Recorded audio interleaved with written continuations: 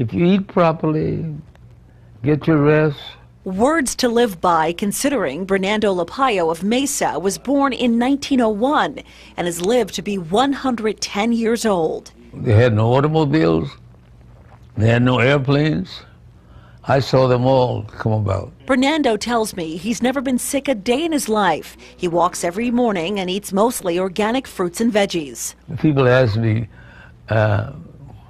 what do you do to stay so young? I say, well, you've heard the old saying, I know you have, you are what you eat. So what's Bernardo's secret? 5 foods: garlic, honey, cinnamon, chocolate, and olive oil. Healthy habits Bernardo picked up from his father, a doctor who lived to be 98. Dr. Ellsworth Warren, the 100-year-old retired heart surgeon, occasionally does his own yard work. He walks regularly, still drives. You drove here today. Driving is nothing. I worked till I was 95, assisting, mind you. Yeah. I could have done heart surgery, but it wouldn't have been fair to the patient because sometimes you need reserve strength. If you gave me something to memorize, I would memorize it just as quickly now as I would when I was 20. How is your health? Oh, superb. I haven't got an acre of pain. The great-grandfather believes his plant-based diet plays a big part in all this. If your blood cholesterol is under 150, your chances of having a heart attack are pretty small. Now, my blood cholesterol is 117. There's no chance of me having a heart attack. So you're heart attack proof. Let us say I'm dealing in an area which I understand. You really have to stop eating dead flesh. So let's talk about it.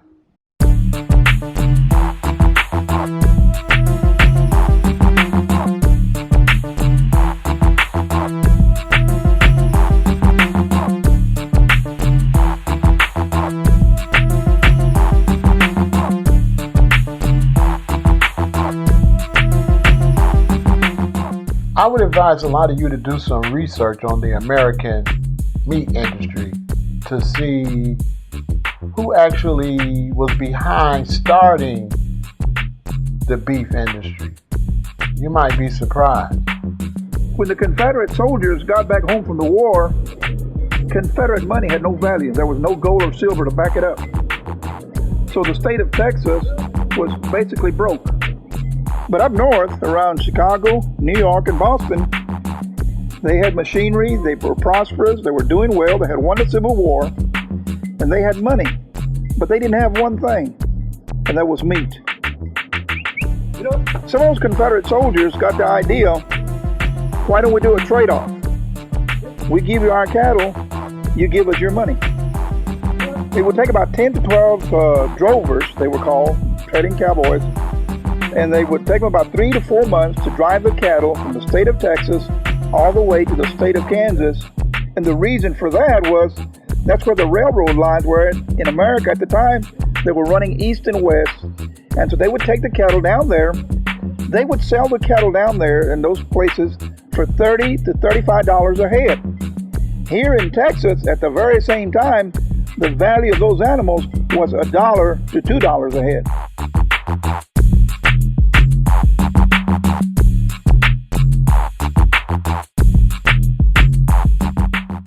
Do you know that the meat industry alone, in 2012, the total sales, receipt sales, was $67.9 billion in gross revenue. Now, let me share something with you. If I'm a board member or if I'm being supported by that revenue, this is for cattle meat sold alone, cows and calves. This is your beef and your veal. This alone is generating $67.9 billion gross sales yearly. If this is my means of supporting my family, do you think for 1 second that I'm interested at all in a diet possibly that doesn't consist of this and selling that to the public? If you want to trace the problems that exist into the world, just follow the money trail. You will find that greed and a lack of love and consideration for our neighbor has produced more death and misery in this world than anything else.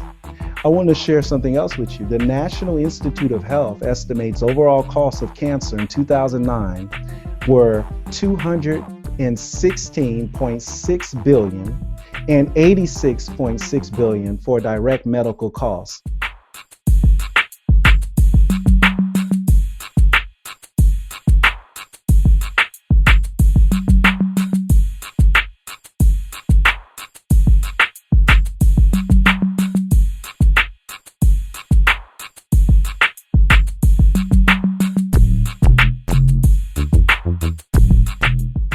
A lot of times when I talk to people about cleaning up how they eat and going vegan, they immediately start making comments about longevity. They'll say things like, well, you're going to die anyway, or they'll say things like, well, it's not going to matter when you die. And here's the thing. When talking about becoming a vegan, and when teaching people to stop eating dead flesh, the purpose is not to make them to believe that they're going to live forever. Because you can be in a car accident, you can get hit by a stray bullet. A lot of things can happen that could kill you. But the key is the quality of life. The quality of life is what we are teaching. I know people that live well into their 80s, but they were sick since they were 40. How is that any type of a good life? You tell me that. I'm 57 years old, and I stopped eating dead flesh in 1979. I don't go to the doctor. I don't have diabetes. I'm not on high blood pressure pills. I don't have congestive heart failure. I don't get sick. No pneumonia, no flus. I'm fine. 36 years of no problems.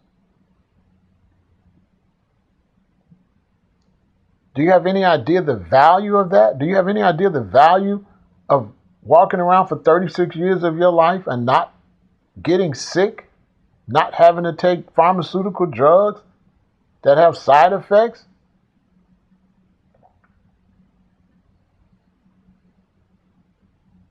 It's all about the quality of life.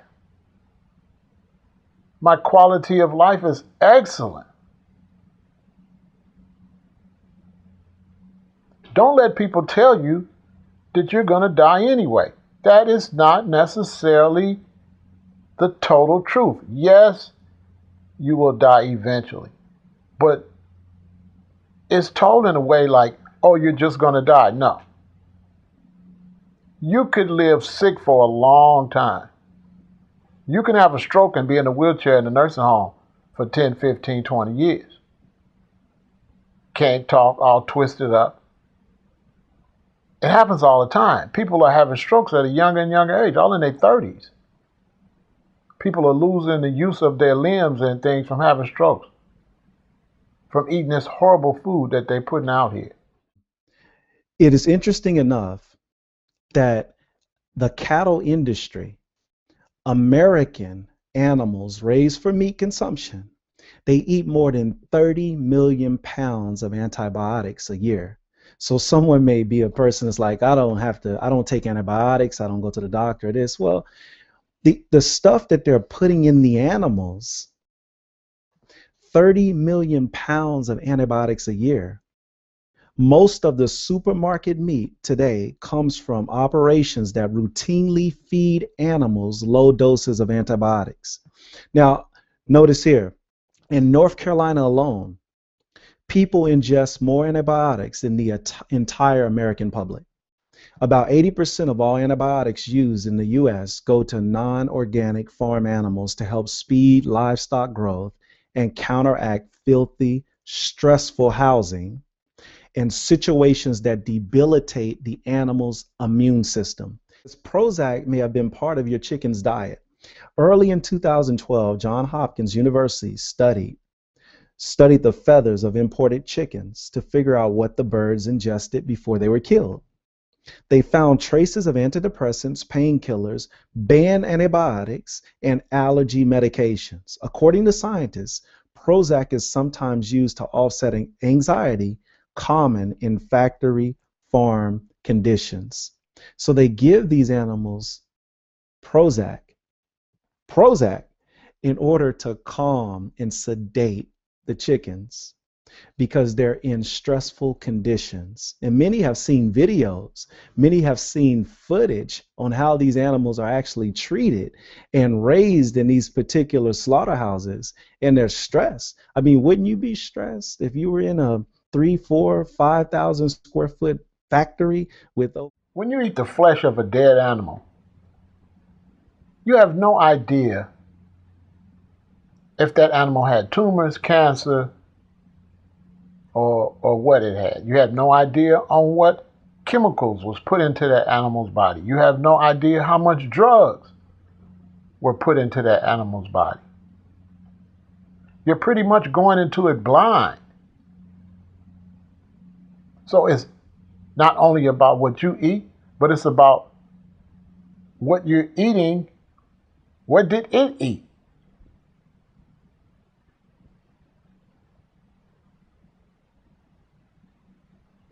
When you look at a human body, you can't just look at them and know if they got tumors, know if they got cancer.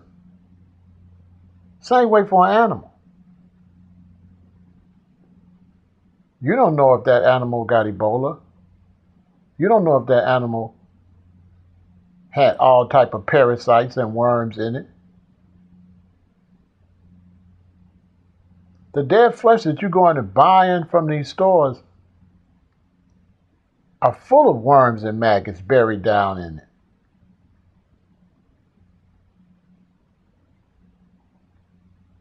And when you eat that dead flesh and you drink some Pepsi or some Coca-Cola, those worms come up out of that flesh and they go in bed into the walls of your stomach. They stay in the walls of your stomach, they work their way to your spinal cord, they go up your back, and they go right into your brain. This is what George Clinton meant when he made the song Maggot Brain. The fear of being eaten by the sandwich. You're eating a sandwich, and the sandwich turned around to eat you.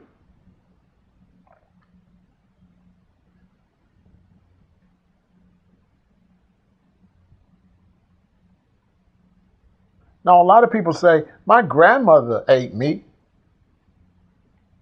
She ate just like me. No, your grandmother didn't eat like you. I'm from Chicago, but my parents from Alabama, and every year we used to go to Alabama for the summer. And in the old folks' dinners, it's anywhere from 5 to 9 courses. So the ratio of meat per vegetable is 1 in 5 to 1 in 9. Yeah, and it's not as much as you eat when the ratios are smaller. So, yeah, they might have a piece of pork or they might have a piece of beef, but they got okra, collard greens, turnips, rutabagas, lima beans, string beans, sweet potatoes. So when they eat that dead flesh into their stomach, it's surrounded by so much vegetables that it's able to protect their stomach, and it's able to surround that meat and get it out. Plus that meat was raised by them. Their cows ate grass and wheat and corn. Your cows eat beef and all type of poison. Your pigs eat swine. Your fish eat swine.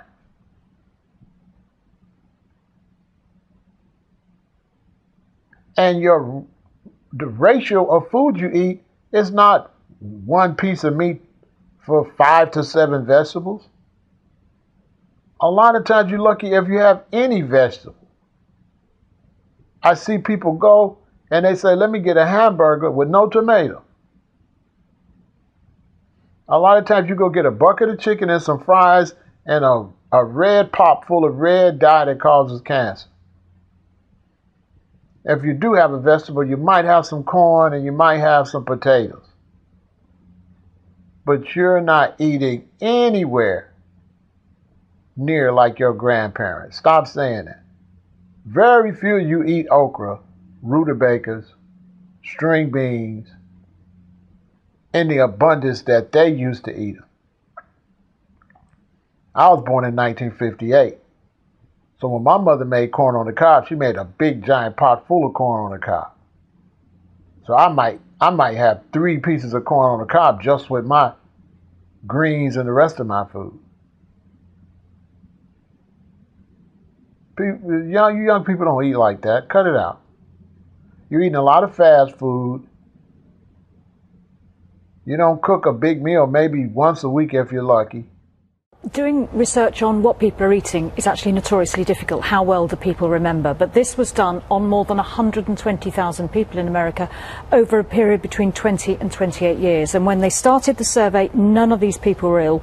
None of them had cancer, none had heart disease. And then they followed them through, looked at what they were dying from, and they found a definite correlation between eating red meat, particularly eating processed meat, and death rates from all types of cancer. They didn't specify which types of cancer, but cancer and heart disease. Very, very clear correlation.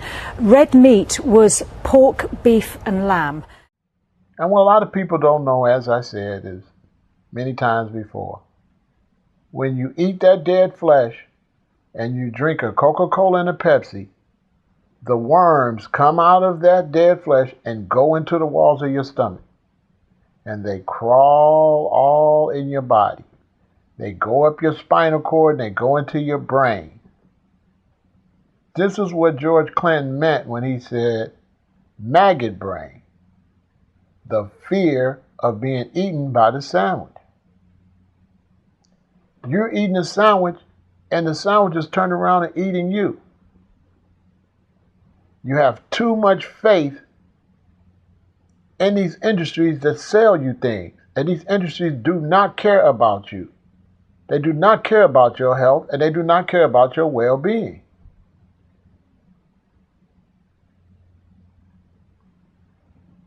What people have to realize is that once you start trying to eat better, it makes you aware of what you're putting into your body. So eating better helps prevent people from smoking cigarettes, from abusing drugs, from putting all kind of poisons and chemicals into their body, from wanting to use all type of aerosol sprays. Eventually you start buying natural things to wash your dishes in, to wash your clothes in, to clean your house with. And the more people we can get to eat right and become aware of that, then that goes into, well, if you're going to take care of yourself, you don't want the system out there to ruin the air and water. So you start fighting against GMOs. You start fighting against the system ruining the air and the water. So if we don't get more people to start eating right and become aware, then there's not enough of us to fight to clean up the environment. It all goes like that. But if you're not at level 1, you're not ready to be talking about level 5. You have to start with 1. Get rid of the pork. Get rid of the beef. Next thing you know, no red meat. Then no chicken. Then no fish. Then you get rid of all the dairy products.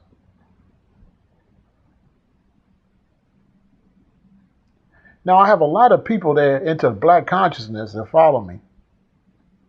And a lot of them are young and they don't know the beginnings of the cultural community when it rebirthed in the 80s and the type of things we were teaching.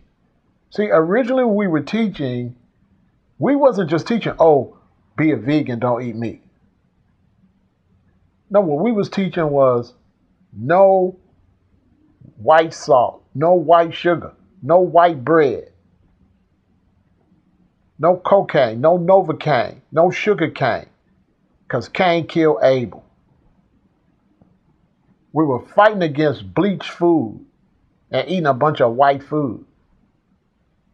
This is the way we used to teach. If it wasn't for my generation changing the way we eat, a lot of you all would not have all this wheat bread in the stores. You wouldn't have all this honey in the stores. Back when I first changed the way I eat, used to go in the store and they would just have maybe a couple different types of honey. But as we stopped eating the white sugar, back in those days, we went straight to honey. Because we hadn't gotten to the point it got now. We got agave and we got coconut sugar and date sugar and we got natural raw cane sugar. See, these things were developed all because of my generation changing the way we ate. We were the ones that first started buying bottled water. We was the ones going to the store not buying white sugar. So when you walk in your store now and you see all this silk almond milk and all this stuff, you got to understand that I'm one of the people that made that happen like that. I'm the reason you even got wheat bread. And without you getting on board and changing the way you eat, it's not going to be better for your children and their grandchildren. You're going to mess around and your children are going to be sicker and sicker. They're going to be born with all kind of allergies and all type of ailments.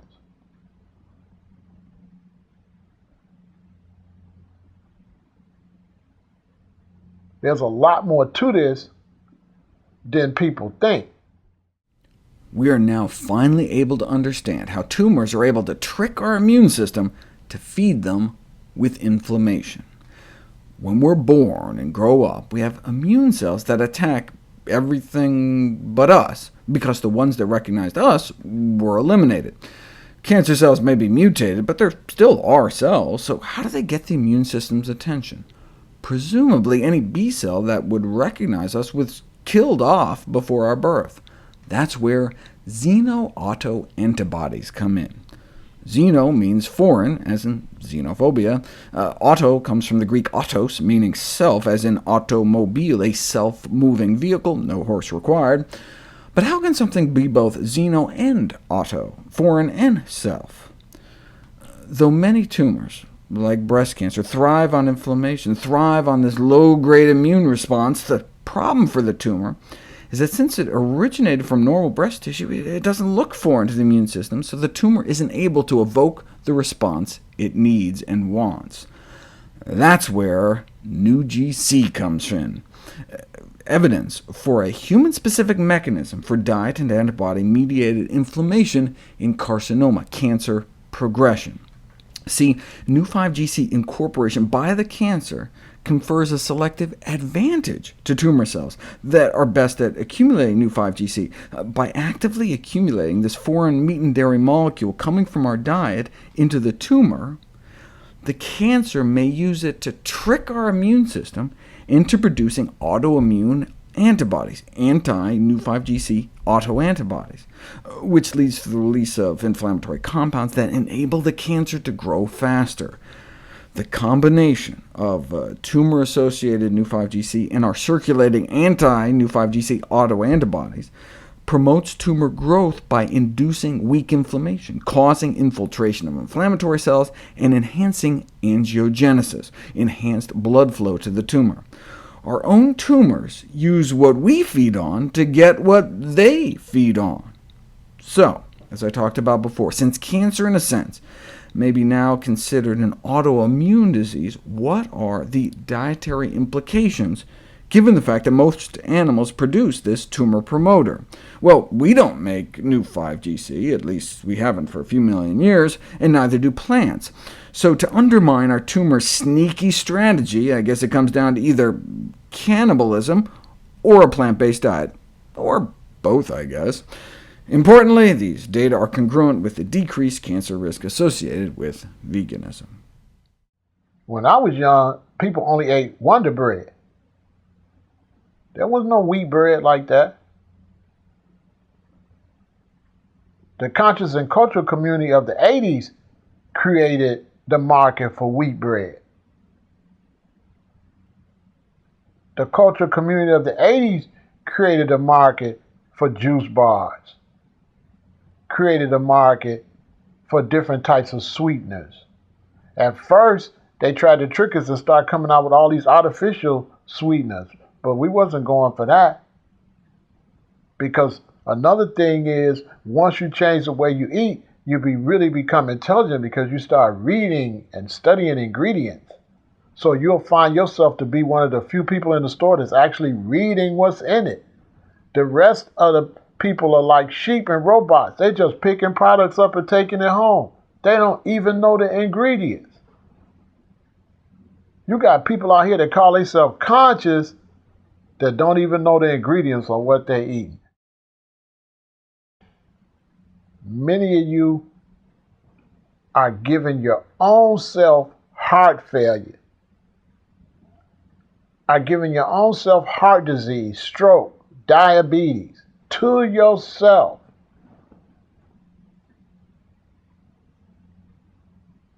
How wise is that? And you do it all for your taste buds and all for what you like. Not being wise enough to know that you can change what you like. I like what I like now. I can't even eat dead flesh anymore. Some people think that you're forcing yourself not to eat it. No. You clean up the way you eat, and then after a while, your taste buds adjust and you become alive again and you can taste real food. Artificial food don't taste good to me. I can't eat a Hostess Twinkie or nothing like that. It tastes horrible because I've been eating real, natural sweet food. Real peaches and real mangoes and real date sugar and real coconut sugar. So that fake stuff y'all eating, that shit tastes nasty. I'm not forcing myself not to eat dead flesh. Dead flesh is horrible to me. I would have to force myself to eat it. It would be very difficult for me to eat a dead animal.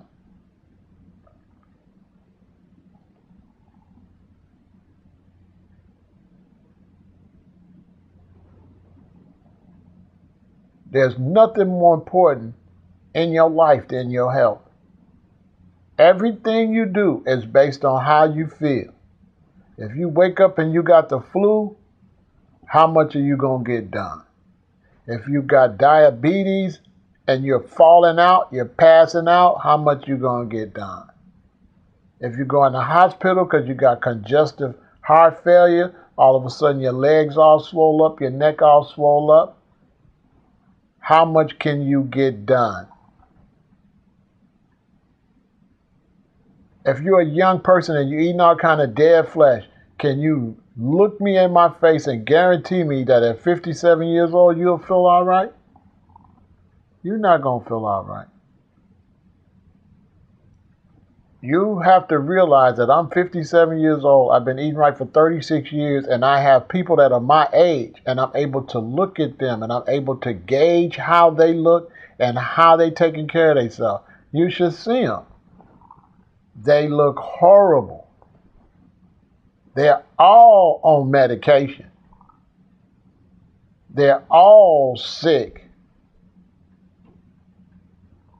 And instead of them living 20 or 30 years behind their parents, each generation is dying closer and closer behind their parents.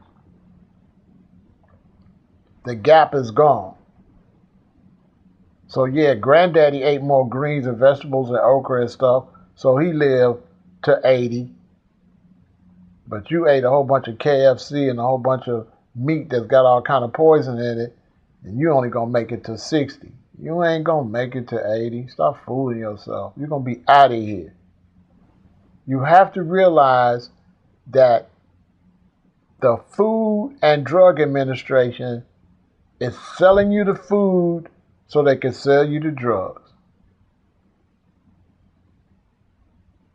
One guy is selling you the poison, and the other guy is at the hospital waiting for you to come in for medical treatment for the poison. It's a racket. And you're going for it. You're being fooled and you're being manipulated to die early. And it benefits the system for you to die early so you can receive a lot of Social Security benefits. Why is it you know all the conspiracies but you don't know that? Why you don't know that the system is trying to kill you, and the best way to kill you is let you kill yourself. They don't need no King Alfred plan. They got the Oscar Mayer plan. They got the Burger King and McDonald plan. They got the Thanksgiving and Christmas plan. Because every Thanksgiving and Christmas, you kill yourself. You knock years off your life. A new study claims digestive bacteria can turn a common nutrient in beef into a, quote, artery-clogging menace. The study published in Nature Medicine says even though lean steak is low in fat and cholesterol and high in protein, it can still cause heart disease. That's because red meat contains carnitine, and as it's broken down during digestion, it transforms into a substance that can harden arteries. The chemical that carnitine is transformed into is called trimethylamine N-oxide, referred to as TMAO. The Plain Dealer reports TMAO can lead to increased plaque buildup in the arteries. Risk of clogged arteries may be tied to how much meat a person eats. According to Scientific American, non-meat eaters fare better than those who eat it regularly.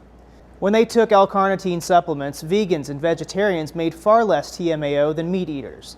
Fecal studies showed that meat eaters and non-meat eaters also had very different types of bacteria in their guts. The study also claims energy drinks can cause the same negative effects, although not as much as most meats. Some energy drinks contain little to no carnitine, but others contain as much carnitine as a porterhouse steak. Interestingly enough, the study points out an antibiotic can be given which kills off the bacteria, but it's recommended you don't take unnecessary antibiotics in order to eat some extra meat. Health is wealth. There is absolutely nothing more important than taking care of yourself, so you can have a great quality of life. Do not let anyone fool you by saying you're going to die anyway. You might not die right away. If you think I'm lying, go talk to some of your relatives that work in nursing homes. People are in nursing homes 10, 20 years, all messed up. Some longer than that. In a nursing home, in a wheelchair. All because they had a stroke. All in Africa. They're having strokes left and right. You got to ask yourself, how is it that the people that live good and healthy all these years and millions of years in Africa, why is it now that they are having strokes? The cases of high blood pressure have been associated with excess or too much intake of red meat or fatty meat. So animal products contribute a great deal. If you take a lot of fatty meat, if you consume a lot of dairy products, whole milk, butter, and all those, you increase your chances of getting the disease. The Ministry of Health says that Uganda's situation is alarming. According to a study conducted in Wakiso district, which is a peri-urban area, the prevalence was found to be 32%, while that of Kasese district, which is more rural, the prevalence was found to be 23%. Of all patients admitted to Mulago National Referral Hospital with stroke, 70% are as a result of high blood pressure. Again, 50 to 60% of all patients attending the medical outpatient clinics in Mulago National Referral Hospital are cause of high blood pressure and its complications. How many of y'all out there on aspirin? Man, you're not fooling me. You're not fooling me at all. You're on aspirin, you're on Advil, you're on Tylenol.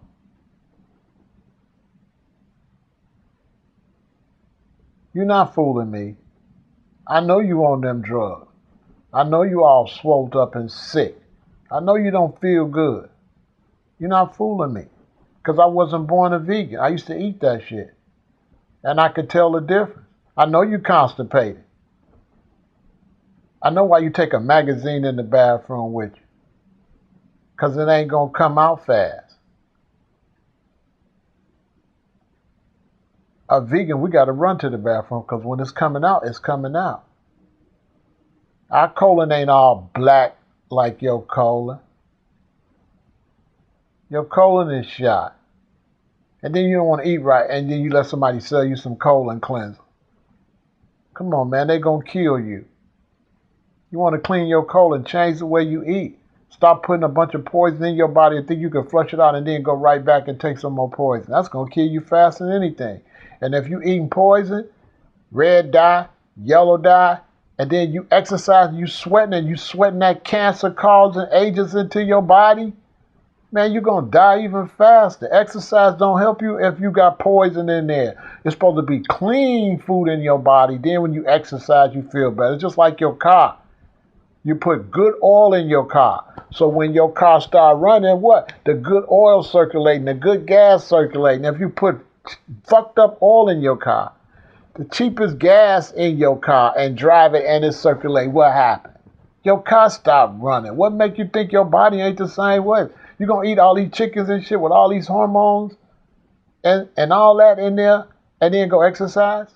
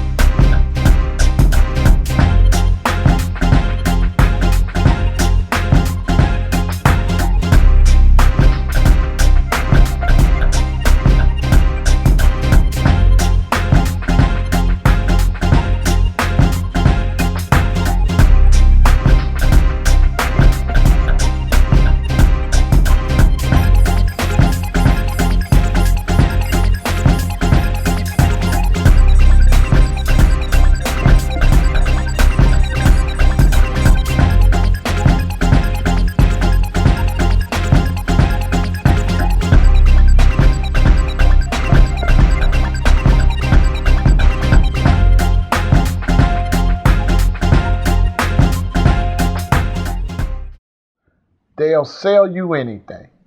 Anything for $1. They don't care nothing about you.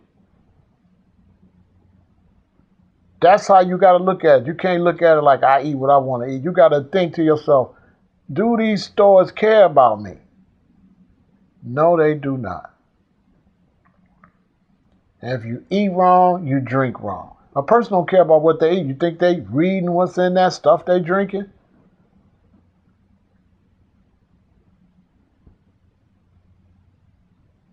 You're consuming poisons every day. We're being fed all of this different garbage, and we're being told all these different deceptive lies, and we're not getting to the root of what our problem is. Heart disease alone kills one out of every 4 deaths is a result of heart disease. Did you know that? So every time a 4th person dies, it's from heart disease. But did you know that heart disease is 100% preventable? 100% preventable. I made a conscious decision that the most important thing I could do was get people to eat better. If they don't take care of themselves, everything else you talk about is irrelevant. Anything you talk about, anything you're trying to do, if you're not taking care of your temple and taking care of yourself, everything else you're talking about is a waste of time.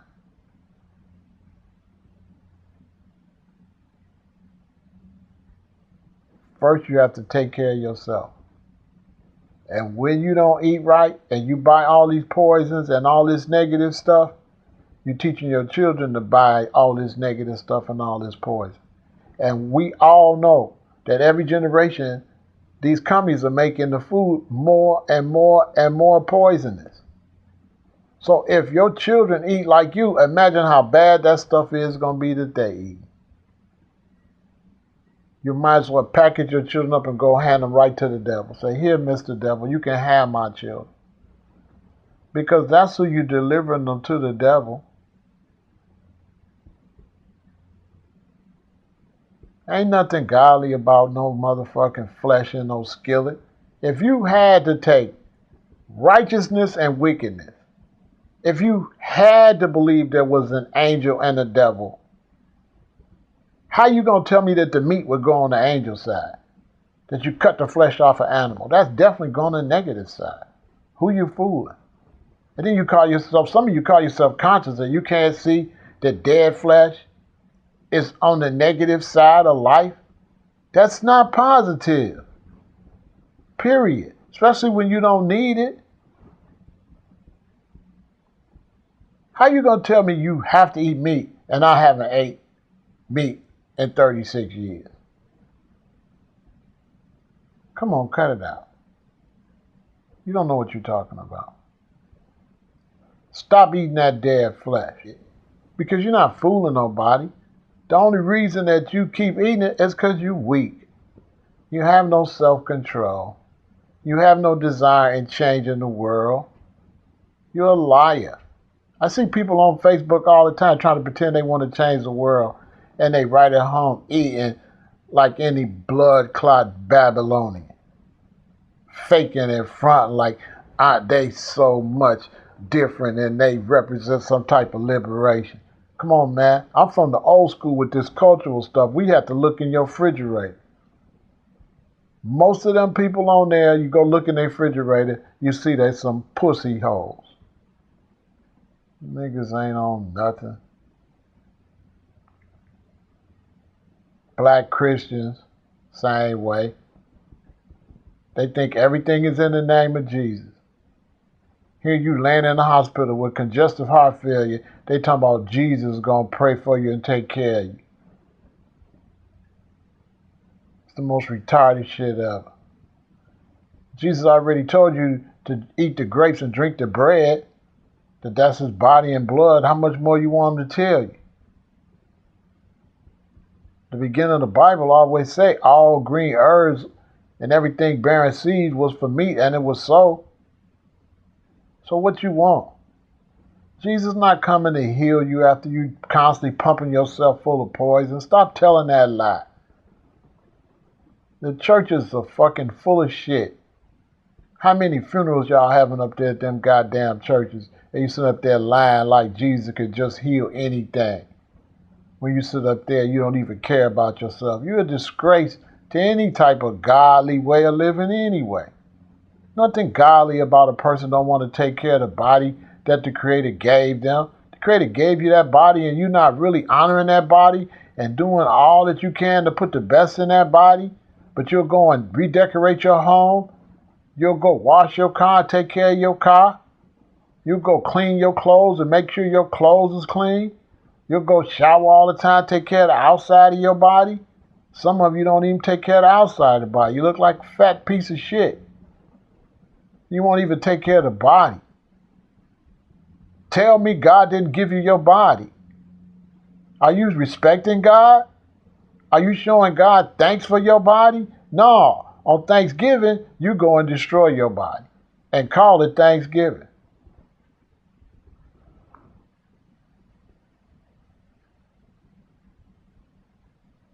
And no, you ain't going to go to hell for smoking cigarettes or using drugs or eating a bunch of meat, but you're going to go to the hospital. You ain't going to necessarily go to hell, but you're going to get cancer. You're going to die a miserable death.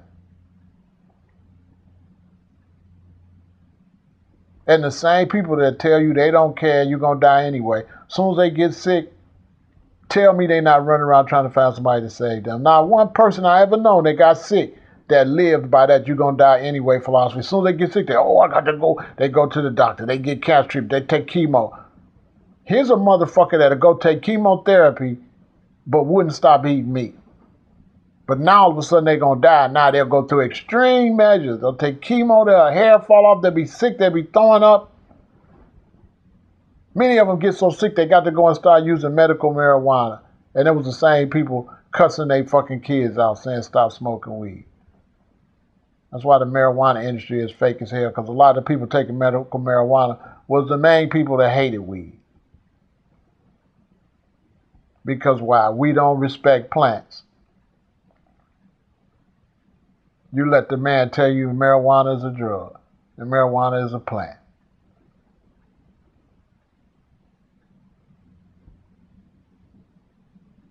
You listening to some motherfucker that's taking Advil and Tylenol.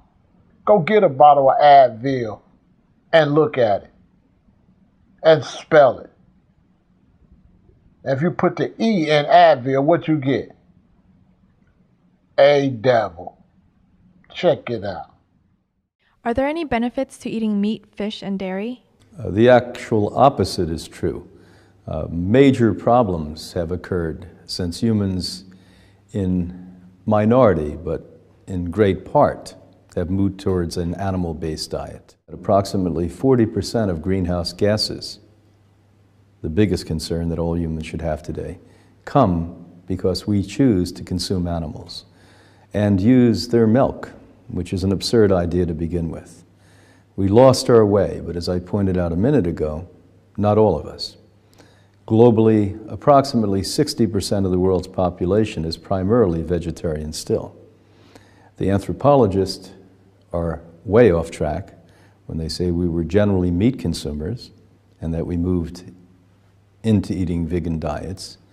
The truth of the matter is we were vegans and in some cases vegetarian, and a small part of the population, generally in the developed countries.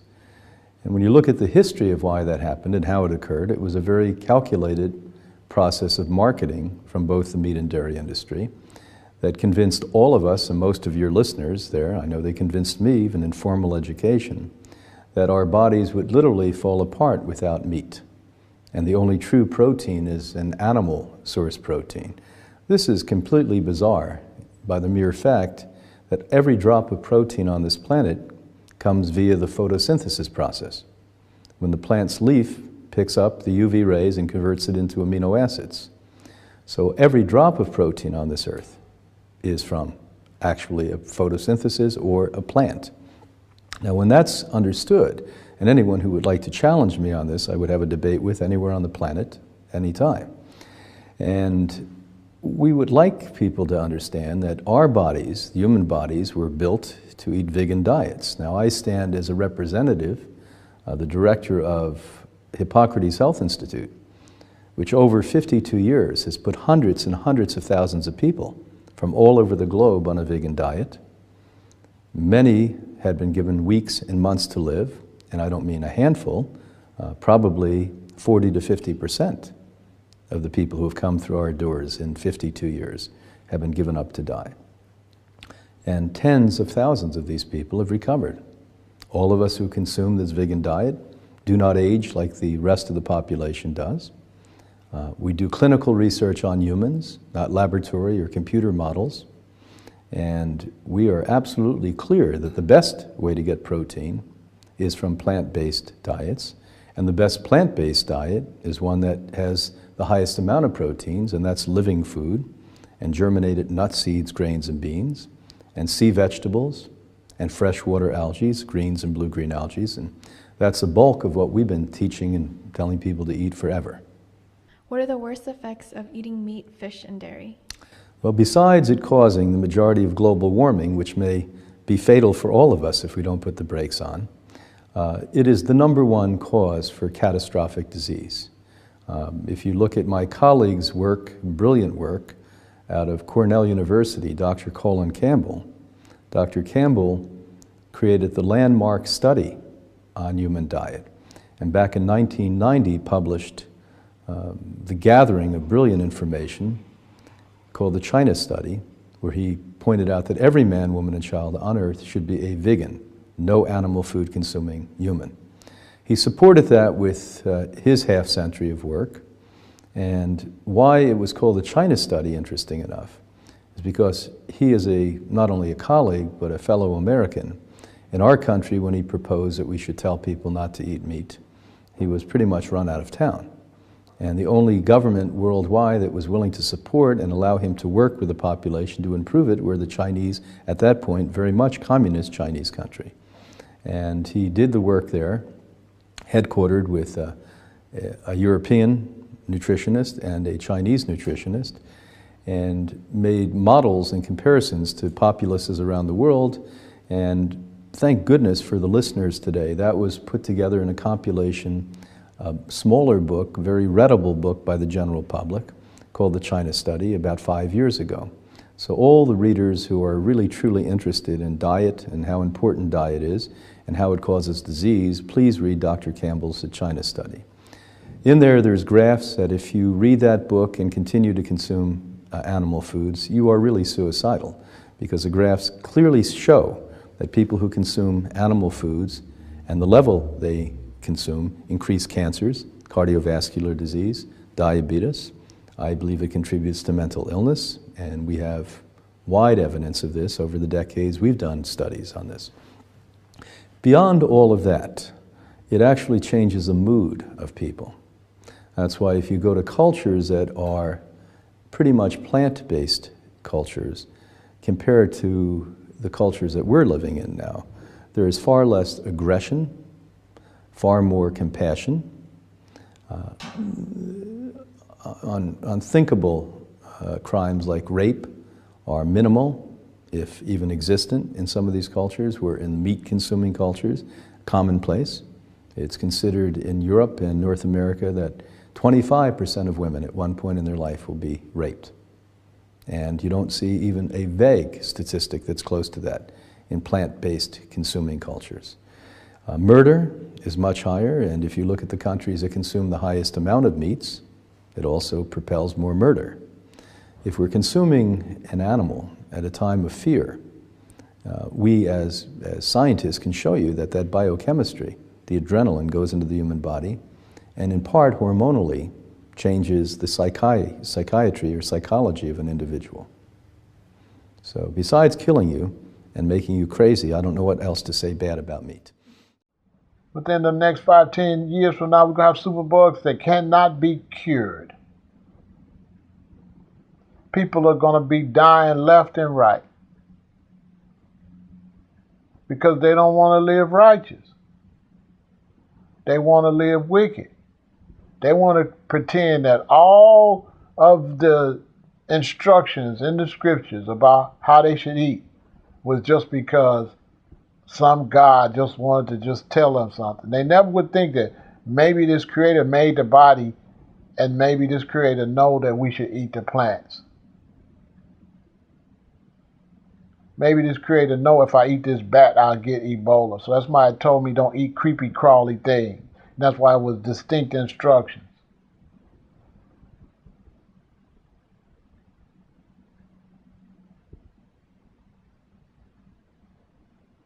And even if you had a prophet come to you and tell you directly from the creator, you wouldn't listen. Some of you don't listen right now, but you don't know who sent me. You don't know what you're playing with. I was told to tell you this. My job is to make sure that you can't say you didn't know. That's my job. So when you get sick from eating all that dead flesh, because you said you're going to die anyway, do us all a favor and die anyway. Don't fight it. Don't turn into no bitch now and try to fight it. Because when you see me out here trying to fight it and trying to eat right and be a vegan, you tell me you're going to die anyway. You make it like I'm wasting my time trying to fight cancer and try to use preventive medicine. But then you get sick and you go and you take medicine and then you try to fight it after the fact of the matter and tripping on me because I'm trying to fight the sickness before the fact of the matter. Now you tell me who's the motherfucking idiot. The one that's trying to prevent getting the cancer, or the dumb motherfucker that wait till he get the cancer and then start trying to do all type of shit to cure themselves. The one that wait till he get diabetes and then run around looking like a sucker. So I'm going to end this by saying, get off of the dead flesh. Stop putting all them maggots into your body. Because like I said, when you eat that flesh and you drink that Pepsi and that Coke, them maggots come right out of that flesh and go into the walls of your stomach and crawl up and get in your brain. Some of you are just walking maggots and worms and don't even know it. So stop eating the dead flesh. So y'all better clean it up. You better start respecting these plants out here. Your whole survival is based on plants. Plants got your medicine. It's got the things necessary to protect this planet. It's got the things in it necessary to build your housing, to fuel your vehicles. Everything could be out of the plants. If you ain't up on that, you ain't got no science, you ain't got no knowledge. You a dumbass. If you into eating dead flesh and you don't know that plants is what we need to be using for everything to survive on this planet, you's a fucking idiot.